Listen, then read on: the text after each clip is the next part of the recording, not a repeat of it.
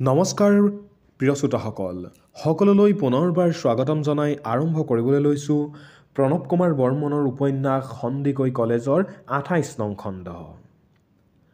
ৰাজেশদাৰ জহত এটা ডাঙৰ ছাইজৰ ভাড়া ৰুমলৈ স্থানান্তৰিত হ'ল মৈত্ৰেয়ী আৰু নীলাঞ্জনা। BA পাছ কৰি মৈত্ৰেয়ী আৰু MA নপঢ়িলে।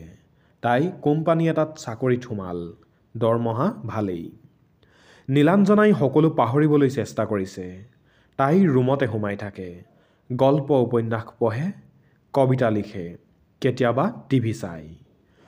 ৰাজেশদা খবৰ ল'বলৈ আহে, লগত কেতিয়াবা আহে মিউজিক ষ্টুডিঅ'ত কাম কৰা সেই ল'ৰাজন শ্যামন্ত শইকীয়া। বিশেষ কথা নকয়, বিচনাত টেবুলত সিঁচৰিত হৈ থকা কিতাপবোৰৰ পাত লুটিয়ায়। ৰাজেশদাই কয়, উপন্যাস এখন লেখ, নিজৰ জীৱনৰ কথা লেখ, অনুভূতিবোৰ লেখ, দুৰ্ঘটনাবোৰ লেখ। তৃতীয় পুৰুষত লিখিবি, তেতিয়া চৰিত্ৰবোৰক বিশ্লেষণ কৰাত সুবিধা হ'ব। অবিচাৰ নহয়, সহজ ভাষাত লিখিবি। এইজন ৰাজেশদা। কিমান সন্দেহ কৰিছিল তাই। এতিয়া আটাইতকৈ আপোন মানুহ, পৃথিৱীৰ তেজৰ সম্পৰ্কই শেষ নহয়। তাৰ ঊৰ্ধতো বহুত সম্পৰ্ক আছে, যাৰ কোনো ব্যাখ্যা নাই।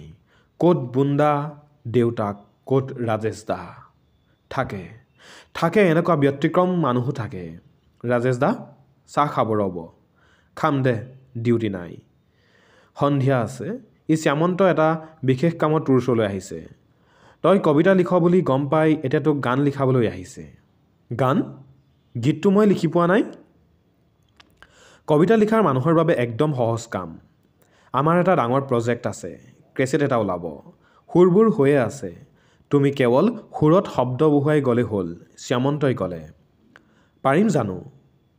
কেৱল তুমি আমাৰ ষ্টুডিঅ'লৈ যাব লাগিব। ৰাজেশদাই থৈ আহিব। জু ৰোডতে আমাৰ ষ্টুডিঅ'। ষ্টুডিঅ'ত সোমাই নীলাঞ্জনাৰ মনটো ভালেই লাগিল। ভিতৰখন ফুল কটা কাঠ আৰু আইনাৰে তৈয়াৰী। ৰাজেশদাই ষ্টুডিঅ'লৈ লৈ গ'ল তাইক।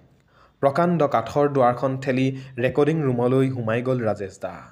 পিছে পিছে নীলাঞ্জনা।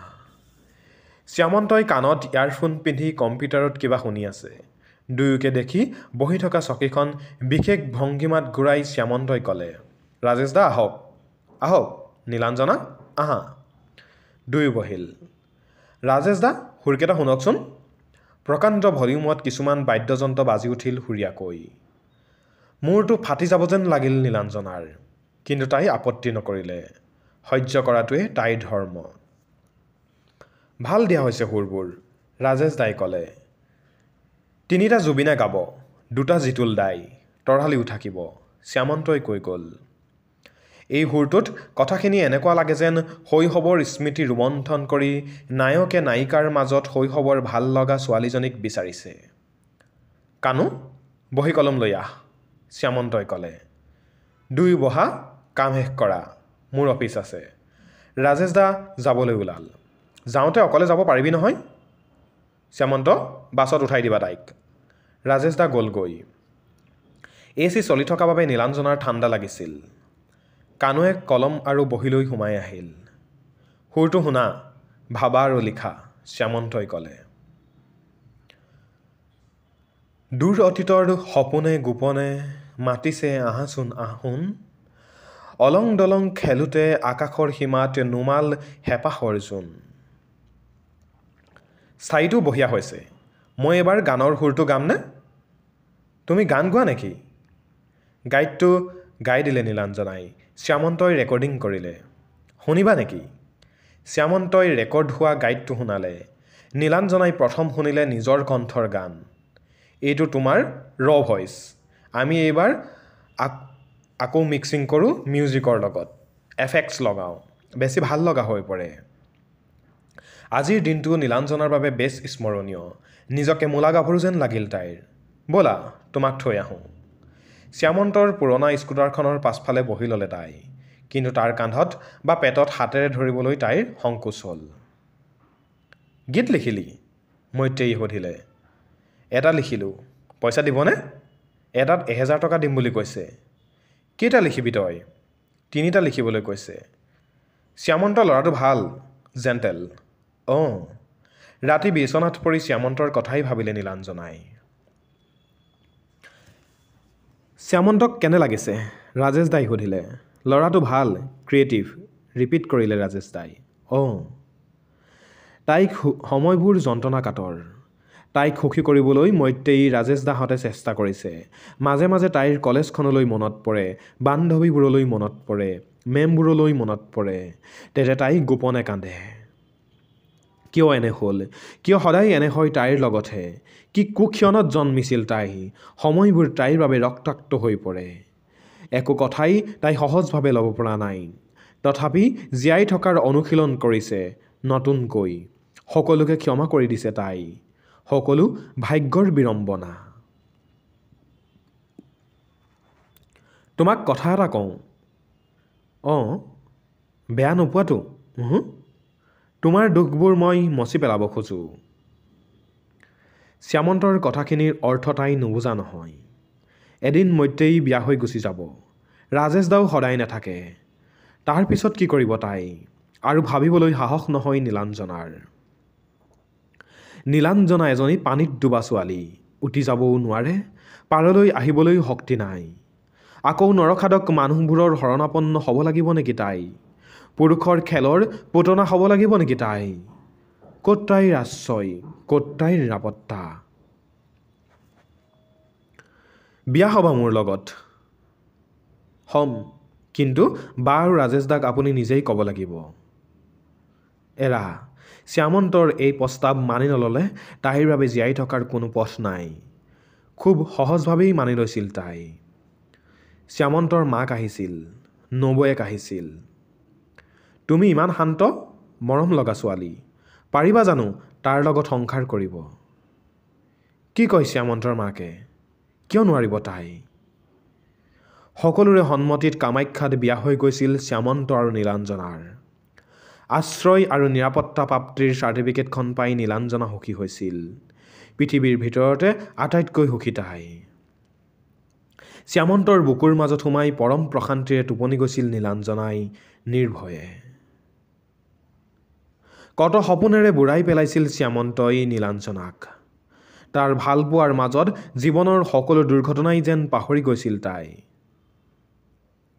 তুমি গান লিখিবা, মই সুৰ কৰিম, মিউজিক এৰেঞ্জ কৰিম। হ'ব দিয়া, এনেদৰেই চলি যাম। শ্যামন্তই ৰাতিপুৱা দেৰিকৈ উঠে। তাই যুঁজি যুঁজি উঠাব নোৱাৰে তাক। কাণত কামুৰি দিয়ে, মাটিত বগৰাই দিয়ে, তথাপি নুঠে সি। ৰাতি কাম কৰি ভাল পায়। শাহুৱেক আহে কেতিয়াবা। তুমি কিন্তু তাক ভাল সলাই পেলাইছা, নহ'লে ঘৰখন কম জ্বলাইছিল নে সি? তাৰ মাকে কয়। তাই লাজ লাজকৈ শুনি যায়। তাইও কম সৌভাগ্যৱতী নে? ভাবিছিল নে তাইও এদিন এখন ঘৰ সাজিব? মনৰ মানুহ এজনৰ মৰমৰ ৰূপত দুস্বপ্নহীন ৰাতি পাৰ কৰিব? ভবা নাছিল, কেতিয়াও ভবা নাছিল তাইৰ জীৱনৰ অনাবিল সুখৰ আকৰসমূহ যে পথৰ ইমান ওচৰতে আছিল তাই ভবাই নাছিল। শ্যামন্ত জীৱনলৈ নহা হ'লে কি কৰিলহেঁতেন তাই? নাই, তাই ভাবিবই নোৱাৰে। ভগৱান, তোমাক ধন্যবাদ। শ্যামন্তই কেতিয়াবা ৰাতি ষ্টুডিঅ'ৰ পৰা অহাত দেৰি কৰে। কামৰ ব্যস্ততা। তাৰ মুখত মদৰ গোন্ধ পায় তাই। কিহৰ গোন্ধ? নাই, ষ্টুডিঅ'ত চবে জোৰ কৰিলে, এপেক খালোঁ, সি কয়। ভালকৈ থিয় হ'ব পৰা নাই যে? কতা? মইতো ঠিকেই আছোঁ।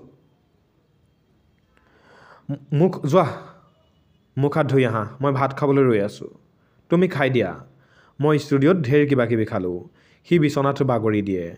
তাৰ পিছত টোপনি যায়। তাই মজিয়াতে ভাতৰ থালখন লৈ তাৰ ফালে চাই থাকে। কিমান নিৰীহ এই মানুহজন, কিমান উদাৰ। খাইছে খাওক, এদিনহে। এটুপি মদহে। মাজৰাতিলৈ কম কষ্ট হয়নে? কামৰ কষ্ট। বাচন বৰ্তন সামৰি তাইও বিচনাত উঠে। তাৰ বুকুৰ মাজত সোমাবলৈ চেষ্টা কৰে। সি ঠেলি দিয়ে বিৰক্তিৰে। পাৰ হৈ গৈ থাকে দিনবোৰ।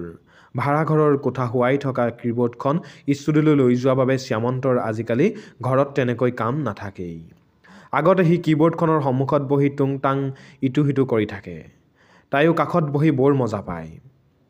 পাছফালৰ পৰা তাৰ কান্ধত থুতুৰিটো থৈ তাই চাই থাকে শ্যামন্তই সুৰ কৰা। কেতিয়াবা তাই কয়, হেৰি গানটো বজোৱাচোন, মই গাওঁ। তাই গায়, সি বজায়, সি কয় এফ মাইনৰত ধৰোঁ, তেতিয়া তাই বেছি ভাল লাগিব। অমুক নোটটো কিন্তু লগা নাই। তাই গল হেকাৰি মাৰি আকৌ ট্ৰাই কৰে। সুৰীয়া হৈ পৰে ৰুমটো।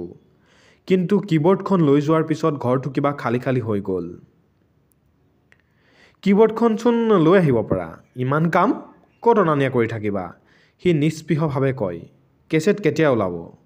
ওলাব আৰু মিক্সিংটো মুম্বাইত কৰিম বুলি ভাবিছোঁ। তাত কৰিলে ৰিজাল্ট ভাল হয়। হয় চাগে, ভাবে নীলাঞ্জনাই। এনেকৈ গৈ থাকে দিন, এনেকৈ পাৰ হয় ৰাতি। ৰাতিপুৱাই ঘৰৰ মালিকে দুৱাৰত টুকুৰিয়ালে। শ্যামন্ত নাই নেকি? ষ্টুডিঅ'লৈ ওলাই গৈছে। কথা এটা আছিল, তোমাক ক'বও বেয়া লাগিছে। কি কথা কওকচোন? যোৱা 3 মাহৰ ভাড়া দিয়া নাই, অলপ অসুবিধা হৈছে। কি? তেওঁতো ভাড়াটো দিয়া বুলি কৈছে? মই ক'ম বাৰু। নীলাঞ্জনাৰ টেনশ্যন হ'ল। শ্যামন্তইতো ভাড়া দিয়া বুলি কৈছে। মালিকেনো মিছা ক'ব কিয়? মানুহজন অন্য মালিকৰ দৰে বেয়া নহয়। শ্যামন্তই মিছা ক'লে নেকি? ক'বও পাৰে। কিবা বেলেগ কামত পইচাখিনি লগাবও পাৰে, তাইক হয়তো কোৱা নাই। কিন্তু ক'বতো পাৰে। তাইতো গালি নিদিয়ে, কাজিয়া নকৰে। শ্যামন্তই নক'লে কিয়? নক'লে নাই, ইমানো চিন্তা কৰিবলগীয়া কি আছে? তথাপি তাইৰ আগৰ স্বভাৱটো সলনি হোৱা নাই। সৰু সৰু কথাতে ডাঙৰ টেনশ্যন। বহুত কথাই সহজভাৱে ল'ব নোৱাৰে তাই। ল'বলৈ শিকাও নাই। দুপৰীয়া ভাত পানী ৰান্ধি তাই শ্যামন্তলৈ ৰৈ থাকিল। শ্যামন্ত কিন্তু নাহিল। টিভিটো লগাই তাই বিচনাতে বহি থাকিল। সন্ধিয়াটোৱে খিৰিকীৰে আইনাত লেপি দিলে আন্ধাৰ। নাই, শ্যামন্ত অহা নাই। বিচাৰি যাব নেকি ষ্টুডিঅ'লৈ? কামত ব্যস্ত চাগে। আকৌ ৰাতিৰ ভাত আঞ্জা ৰন্ধাত ব্যস্ত হৈ পৰিল নীলাঞ্জনা। ৰাতি 9 বাজিল, 10 বাজিল, 11 বাজিল, 12 বাজিল।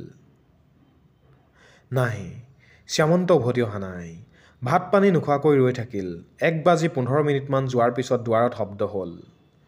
নীলাঞ্জনাই খুলি নিদিলে দুৱাৰ। আকৌ শব্দ হ'ল। শব্দবোৰ বাঢ়ি গ'ল। নীলাঞ্জনা বিচনাৰ পৰা নামি আহিল। দৰজাখন খোলোতে ইমান দেৰি লাগে নেকি? ৰাতি কেইটা বাজিল? কাম আছিল। কি কাম? নাজানা নেকি? এটা কেছেটৰ কামত 9 মাহ লাগে নেকি? বহুত কেছেটৰ কাম চলি আছে। 3 মাহৰ ঘৰ ভাড়া দিছা? কি? প্ৰশ্নটোত যেন থতমত খালে শ্যামন্তই। কি ভাড়া? জিভা তাৰ দুৰুল খাইছে। মদ খাই আহিছে সি। 3 মাহৰ ভাড়া কিয় দিয়া বুলি কৈছা? দিছোঁতো, মালিক আহিছিল পুৱা, ভাড়াটো বিচাৰিছে।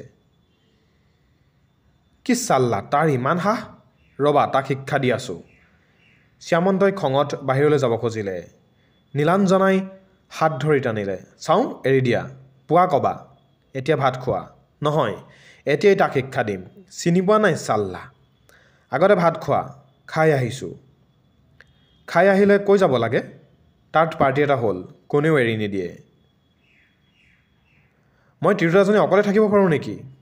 আমাৰ লাইনটোৱে এনেকুৱা। শ্যামন্ত বিচনাত বাগৰি পৰিল। নীলাঞ্জনাই ভাবি নাপালে, তাই ইমান কঠোৰভাৱে কেনেকৈ ক'ব পাৰিলে কথাবোৰ। নিজৰে বিশ্বাস নহ'ল তাইৰ। তাইৰ কণ্ঠটো যে ইমান ৰোহতা আছে। বিচনাত বাগৰি থকা শ্যামন্তৰ জোতাযোৰ খুলি দুৱাৰৰ কাষত থ'লে তাই। সেই ৰাতি নীলাঞ্জনাৰ ভাত খোৱা নহ'ল, টোপনিও নহ'ল। পাছদিনা ৰাতিপুৱা গোমা মুখ এখন লৈ টিভিৰ সন্মুখত বহি আছিল শ্যামন্ত। গা পা ধুই ডাঙৰ চীনামাটিৰ কাপটোত ৰঙা চাহ বনাই শ্যামন্তলৈ আগবঢ়াই দিছিল নীলাঞ্জনাই। তাইও একাপ লৈ তাৰ কাষতে বহিল। ৰাতি সেইসোপা নাখালে নহয় নেকি? সি একো নেমাতিলে। মোৰ কষ্টৰ কথা নাভাবা? নাই, সি টিভি চোৱাত ব্যস্ত। কি হ'ল? কামবোৰ কৰি শেষ কৰিব পৰা নাই, টেনশ্যনতে খাওঁ, সি মাত দিলে। ইমান কামৰ বোজা ল'বই নালাগে। এই লাইনটোৱে এনেকুৱা। আমি এৰি দিলে বেলেগৰ হাতলৈ গুচি যাব। ইমান পইচা এৰি দিব পাৰি নেকি? ঘৰ ভাড়া কিয় দিয়া নাই? তাই কোমলকৈ সুধিলে। কেছেটৰ কামত পইচা সোমাই গ'ল। মোক ক'ব লাগিছিল। তোমাক ক'ব ভাল নালাগিল। চব পইচা ফচি আছে। ৰিটাৰ্ণ হোৱা নাই। কি কৰোঁ ভাবি পোৱা নাই। স্কুটাৰখনকে বেচি দিওঁ নেকি? 8-10 হাজাৰমান পাম। পিছত পইচা পালে বাইক কিনিম।